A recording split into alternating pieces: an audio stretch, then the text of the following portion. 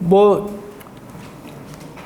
대한제국교회 상징공원으로 뭐 탑골공원이라든지 환구단이라든지 독립공원, 독립문, 그다음에 장충단공원 이런 걸 꼽았는데 사실은 이거를 동아시아 세계의 전통적인 어떤 세계관 그리고 근대 와서 만국공법 하에서 이제 세계 질서 그리고 오늘날 유엔 질서 하에서의 만국이 이제 그 동등한 이런 주권 국가죠. 이런 걸 같이 좀 종효로 이어서 보면은 좋은데 다 그것과 연관되는 요 상징 공간이라고 할 수가 있습니다. 그래서 먼저 오늘 강의의 요점은 전통시대 동아시아와 중국 중심의 세계관 도대체 이게 뭔가 하는 걸 간단히 제가 아는 그런 상식으로 말씀드리고 그 다음에 대한제국은 왜 등장했을까? 누가 이거를 이런 방향으로 칭제 건언을 하고 대한이라는 또 나라 이름을 새로 선정했는가 이런 거. 그 다음에 대한제국교에 등장한 서울의 상징공간으로 이제 오늘 본 주제로 저 네 가지를 이야기를 간단히 하면서 그 중에서도 대한제국 정부의 탑골공원 조성과 그 배경 도대체 어떤 내막이 있었느냐. 그 다음에 탑골공원의 대한제국 군악대와 애국가 이게 어떻게 보면 우리 한국의 역사상 국가에서 지정한 그 애국가가 처음 등장하는 거거든요. 대한제국의 국호가 등장하고 또 국기도 공식적으로 공식화했어요. 규격을, 사이즈를. 그 다음에 이제 장충단 공원 같은 것도 이제 다 나름대로 그 근대적인 의미가 있죠. 그래서 같은 그 궤도상에서 같은 성격을 대한제국의 상징적인 성격을 다 나타내기 때문에 그 중에서 군악대와 애국가의 탄생 과정을 말씀드리고 그 다음에 결론적으로는 제가 원래 하고 싶은 얘기 도대체 대한제국을 어떻게 볼 것이냐 이걸 이야기 드리면서 마무리하겠습니다. 그런데 이제 오늘 이거를 주제를 정하다 보니까 요 상징공간과 관련된 노래들이 다 있어요. 안개 낀 장충단공원 그 노래가 있죠. 장충단과 관련해서. 그 다음에 탑골공원에서 주로 많이 공연된 게 뭐냐면 대한제국 애국가입니다. 그리고 그것이 나중에 또 어떻게 또 오늘날의 대한민국 국가로 이어지는 애국가가 독립문을 건립하고 독립협회가 조직돼서 동시문 같은 데서 이제 독립신문이 또 활동을 하고 그러는데 그 시기에 바로 이제 오늘날의 애국가 가사가 등장을 했어요.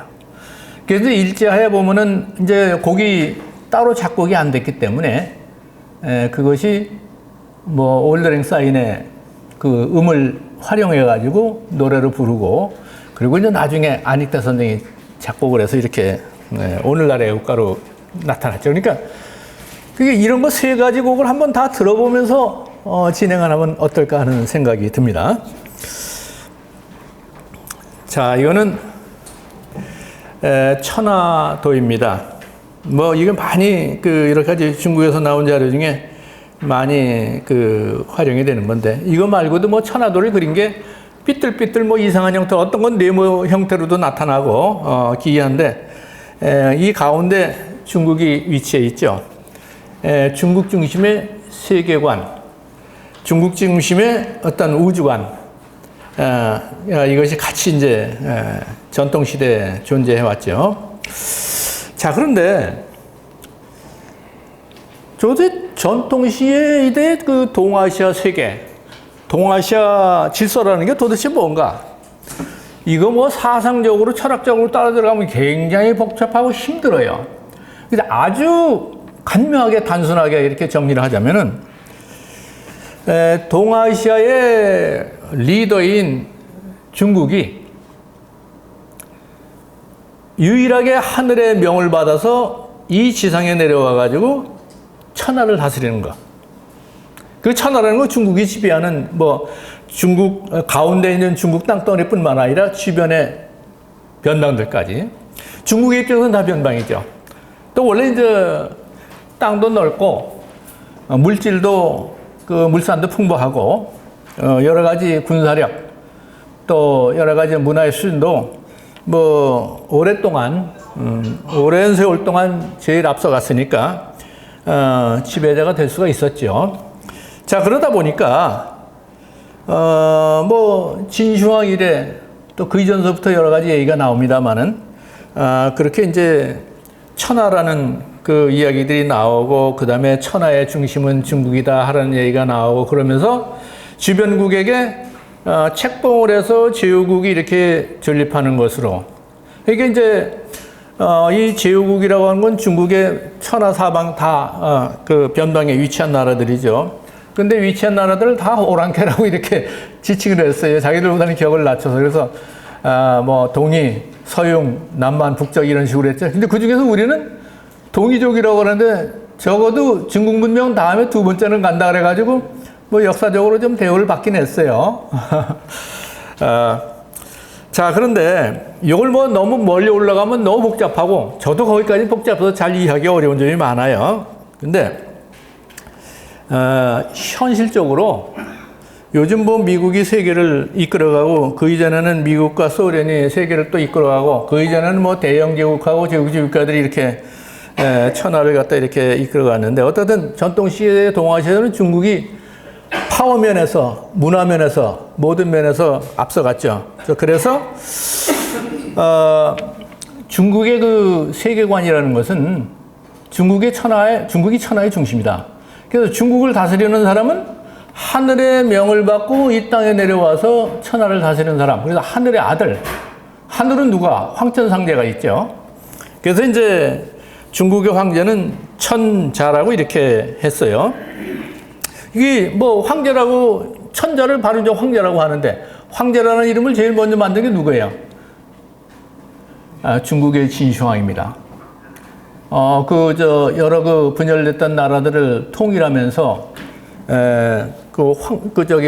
황제라는 이름을 사망 오제로부터 이렇게 따가지고 이제 이렇게 황제로 했고, 그 다음에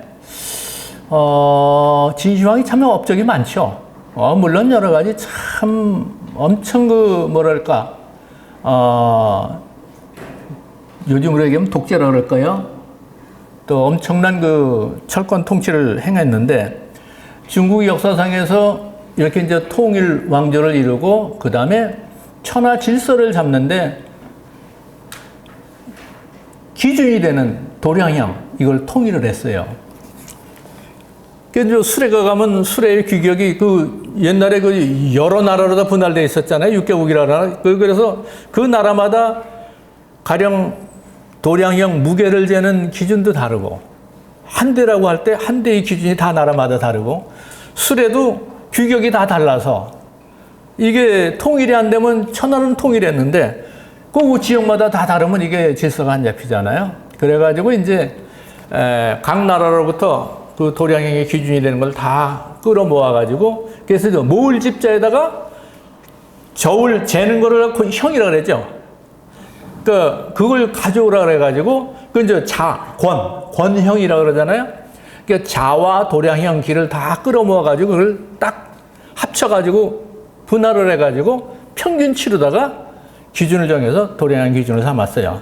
그래서 이제 그러다가 진시황이 명을 내서 모은 거야. 도량형 기를 다 끌어모은 거 아니야. 모을 집자에다가 권. 그래서 집권이라는 말이 그때부터 나왔다. 그 집권한다 그러면 뭐야? 요즘은 대통령이 된다는 얘기가 되고 옛날에는 황제가 되고 임금이 된다 그런 얘기가 되겠죠. 자, 어쨌든 그거는 너무 좀 고원한 얘기고 명태조 홍무제가 중원 천하를 통일한 다음에 조서를 내렸어요. 주변국들에게. 그 주기조서의 내용을 보면은 천하는 이제는 내가 주인이야. 그러니까 주변국 모든 나라들은 제후국들은 왕국들은 나의 지시를 따르라 하는 내용이에요.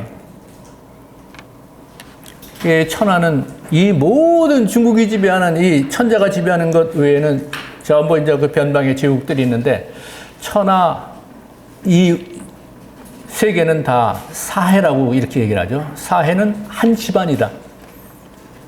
한 집안에 사는 사람들은 모두 다 형제로 이렇게 지내야 한다. 근데 주변의 제국들은 다 그 중에 조선왕국도 있고 유구왕국도 있고 일본도 있고 베트남도 다 있잖아요. 그런 나라들은 큰 나라들이 있고 뭐 유구왕국이나 조그만 나라들이 있잖아요. 근데 세력의 대소와 상관없이 다 똑같이 지내라는 얘기야. 형제로. 그래서 이제 유구왕국 같은 데서도 조선에 사절을 보내면은 그 조그만 나라에 와서 뭐 무슨 물고기 가죽이나 뭐 이런 거 가져와가지고 이 조선에서는 그런 걸 뭐하러 가져와라 그러는데 선물을 가져왔으니 안 받을 수 없죠. 회사품을 많이 줘요. 그런데 꼭 문서를 가져와서 이쪽에서 칭하는 거 보면 우리는 형제라고 그래요. 그러니까 우리가 보면 아유 저 조그만 미개한 저 섬나라 사람들이 와가지고 우리 보고 형이니 아우니 서로 이렇게 하자 그러니까 굉장히 자존심 상하죠. 그러나 그 질서를 따릅니다. 그래서 그건 뭐냐면은 사해의 모든 나라들은 중국 천자에게만 충성을 하고 나머지는 모든 나라들은 동등한 형제처럼 지내라. 이런 기준을 마련해요. 그거는 가만히 생각하면은 중국이 자기의 안보를 위해서 뭐 평화를 위해서 질서를 유지하기 위해서라도 이렇게 했다고 볼 수 있지만은 나에게는 충성하고 주변의 제국들은 이렇게 형제처럼 지내고 거기다 또 나중에 명청으로 오면서 규율하는 게 있어요. 규제하는 게 있어요. 그게 뭐냐? 사사로이 서로 교류하지 말라 그래요. 형제처럼은 지내대. 그래서 이제 중국에서 오면은 가령 저기 월남 지역 같은 데 월남이 세거든요. 그 주변 나라들 막 요즘으로 얘기하면은 뭐 버마나 캄보디아, 라오스 막 이렇게 때리고 하면은 중국에서 군대를 파병해가지고 한번 혼을 내줘요. 그리고 또 주변국들은 중국 황제 와서 머리 좀 가리고 우리 좀 구원해달라 그러고 이제 그런 식으로 때려주긴 하는데 어쨌든 그렇게 해서 세력이 큰 어떤 나라가 주변 나라들을 복속해서 커지면 어떻게 그 직접적으로 누구한테 위협이 돼? 중국한테 위협이 되죠. 그러니까 그런 걸 미연에 방지하기 위한 그런 질서가 바로 중국이 바라는 사일가요 형제다. 그리고 이제 거기다가 공식적으로 표명한 것이 이제 사대와 교린이에요. 사대는 누구한테 하는 거예요? 중국이 나한테 하라는 얘기고. 교린은 형제처럼 지내라. 이웃 국가들끼리 교린하라 하는 얘기죠.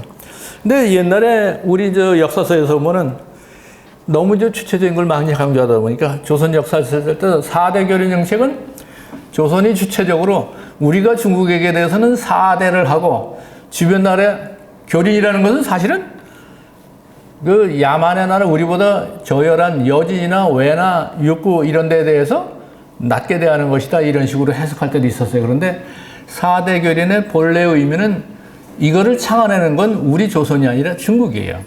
중국이 동아시아 전체에게 뿌려놓은 그 질서고 중국 자체의 안도를 위해서 그렇고 또 주변국들은 그걸 지키면서 약소한 나라들은 오히려 국가의 안전을 도모할 수가 있죠.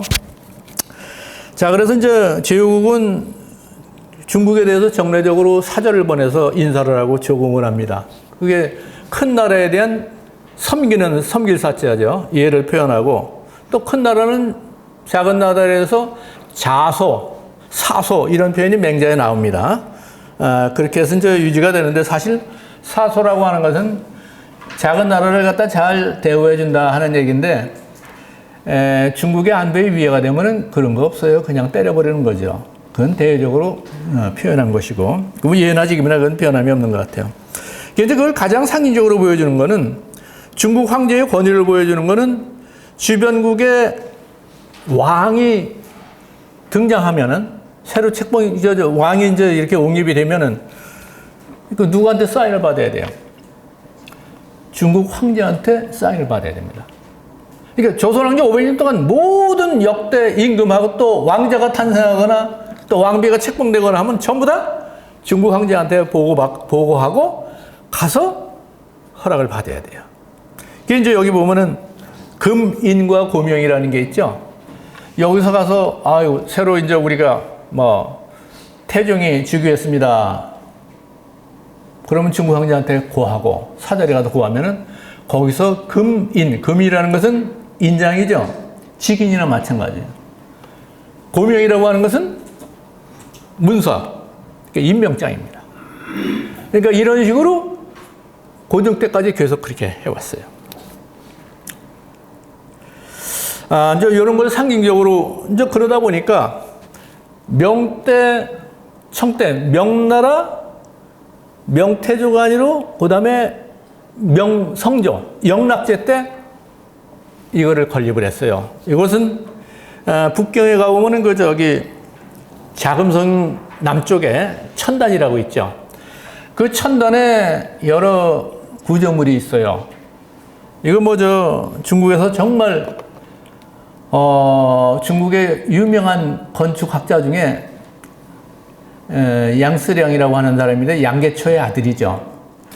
미국에 가서 공부하고 부인은 저쪽에 캠브리지 영국 가서 유학을 하고 또 미국도 유학하고 아마 오성홍기 그 중국의 그 깃발 창안한 게 아마 그 부부일 거예요.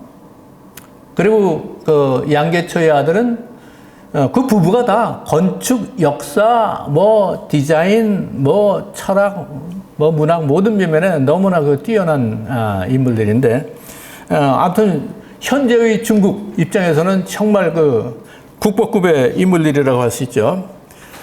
그 사람이 평하기를 이 북경의 천단 이 중에서도 천단의 기년전이라든지 황건전, 환구단 여러 가지가 있는데. 그 건물은 중국의 어떤 그 건축 조형으로서 최고의 작품이다.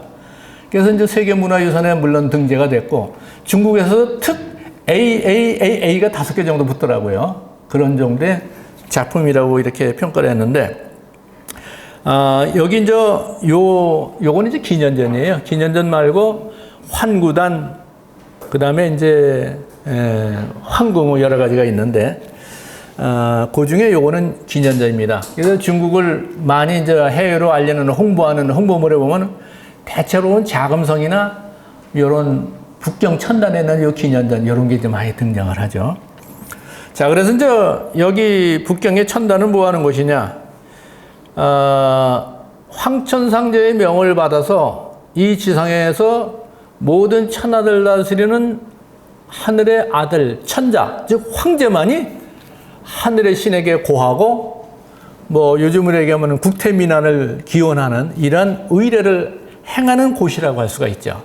근데 중국 외의 주변 나라에서는 이런 구조를 이런 영조물을 가질 수가 없어요. 그건 중국의 천자만이 할 수 있으니까. 그런데 이제 요걸 비슷하게 모방해서 할 수 있던 것은 고려 때도 그렇고 조선 초기에도 그렇고 기우제를 지낼 때 그럴 때 이제 원구단 뭐 환구단이라고 하는데 제가 보기엔 그때는 원구단 원자를 같이 썼어요. 그래서 그런 방편으로 이렇게 썼는데 그마저도 조선 초에 와서는 명나라의 사절이 와서 이거 제국에서 이런 행사를 해도 되느냐 그래가지고 하는 둥 마는 둥 하다가 좀 없어졌어요. 근데 그때가 이제 태종도 있고 태조도 세조도 기가 굉장히 센 임금들 아니에요?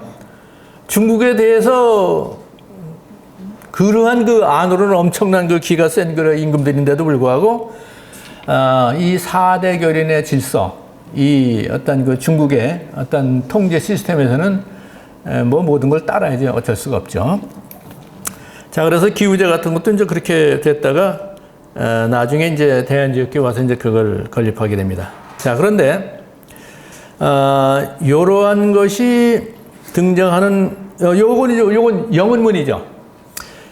이제 이러한 질서 속에 있다 보니까 조선조 500년 동안 중국의 사절이 오면은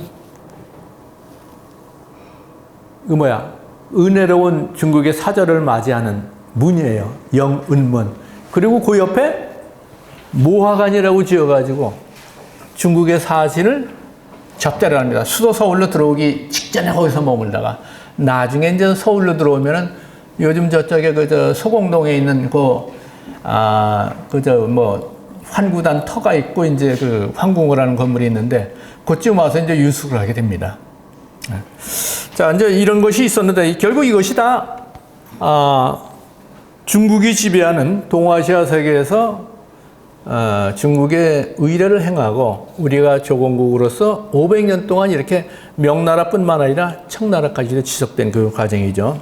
자, 그런데 19세기에 와서 영국의 산업혁명 이후 이제 세계 질서가 바뀌게 되고 중국 자체도 서양 세력에 의해서 계속 침략을 당하고 어려워지고 그런 와중에서 동아시아에서는 격변이 일어나는데 그 제일 큰 첫 번째 사건이 아편전쟁 이후에 청일전쟁, 그 다음에 러일전쟁, 그 다음에 범사적으로 1차 세계대전, 2차 세계대전, 우리로서 이제 6.25 이렇게 되죠. 자, 그런데 이거는 영국의 산업혁명 이후 산업혁명에서 인류가 큰 문명의 혜택을 받게 됐는데 그 당장은 선진 국가들이 여러 가지 원료 공급과 또 어떻게 보면은 그 수출 상품에 대한 그 시장이 필요하죠. 그러다 보니까 식민지를 막걸리 확보하게 되고 그러다 보니까 지역주의들 국가들끼리 경쟁이 붙어가지고 나중에는 이제 세계 1차 대전 그리고 2차 대전까지 같이 이어지죠. 결국은 지역주의 국가들끼리 싸움인데 그 이전에 동아시아에서 격변을 불러일으킨 큰 전쟁은 청일전쟁과 러일전쟁. 그런데 우리의 근현대사에서 보면은 청일전쟁과 러일전쟁은 우리의 운명을 다 바꾸겠어요. 1차 세계대전도 그렇고 2차 세계대전도 마찬가지예요. 한번 생각해 보세요. 먼저 청일전쟁. 청일전쟁은 우리에게 어떤 영향을 줬을까요? 동학농민봉기가 발생했죠? 그 다음에 청군이 개입했죠? 그러니까 일본이 청나라에 개입했으니까 우리도 개입할 수 있다. 갑신정변 직후에 청일 간의 조약이 체결됐는데 앞으로 조선에서 어떤 사태가 일어나서 파병할 이유가 있을 때는 사전에 상대국에게 통보하고 파견한다. 이렇게 했어요.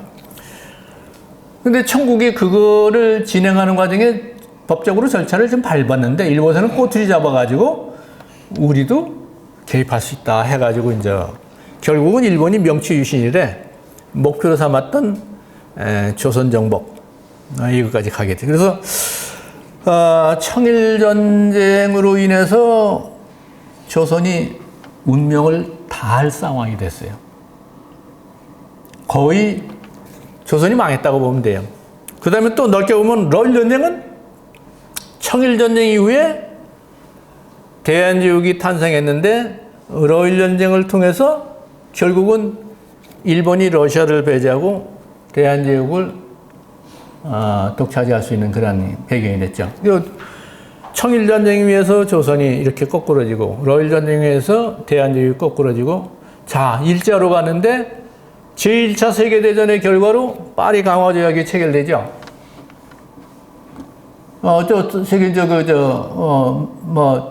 여러 가지 이제 각 세계 여러 나라들이 모여서 이제 평화회의를 개최하게 되는데 그때 이제 윌슨의 민족 자결주의가 등장하게 되면서 그 영향으로 또 러시아 혁명의 영향이라고도 하죠.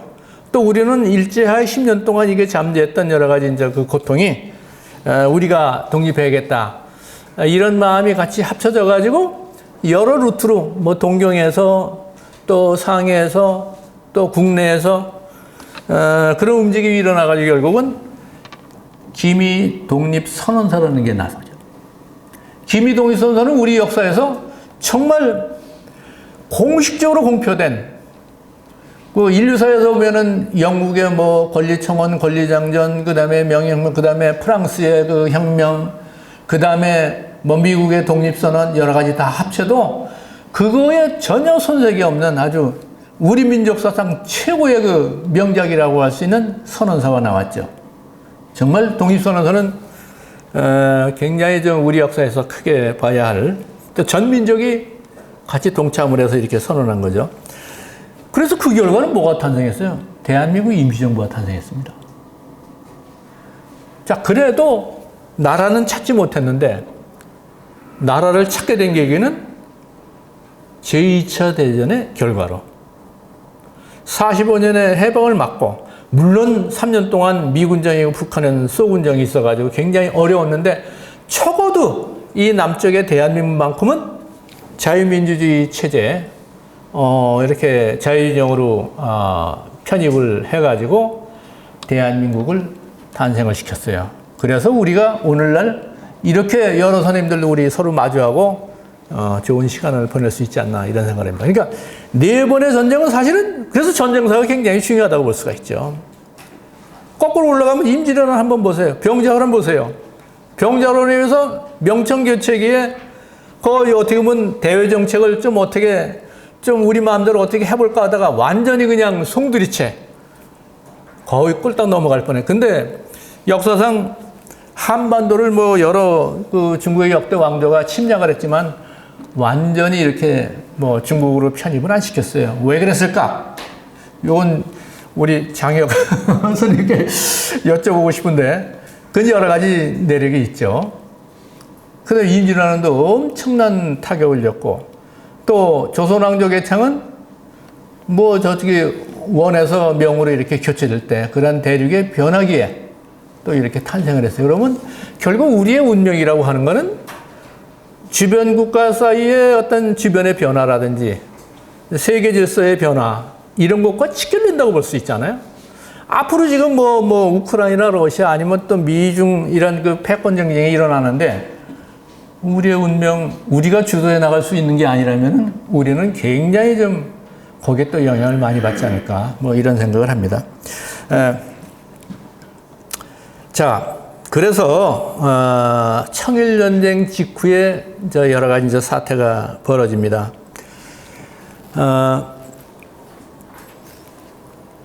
청일전쟁은 우리에게 조선을 망해하는 그런 계기도 됐고 또 하나는 중국의 구속으로부터 벗어나는 계기가 되는 이것도 됐어요. 두 가지가 다 양면성이 있어요. 그러니까 전통적으로 중국이 계속 우리를 속국으로 이렇게 대해왔고 우리는 중국에 적응을 해야 되는데 개항 이후 서양 여러 나라와 조약을 채우라고 계속 세계로 진출해 나가는 이러한 규율을 확대하다 보니까 전 세계 모든 나라는 다 평등한 관계인데 우리는 중국에 속국이 돼가지고 계속 꼬리표가 따라다녀요. 미국에 사전을 보냈을 때도 청나라가 공관에 가서 먼저 인사를 하고 청나라 공사가 인솔을 된 대로 따라다니고 또 우리가 다른 나라 공사를 만나러 갈 때는 청나라 공사에게 사전에 보고하고 가야 된다. 이걸 흔히 영약삼단이라고 이제 그 중국에서 단서를 붙인 건데 이건 나라로서 이게 말이 안 되죠.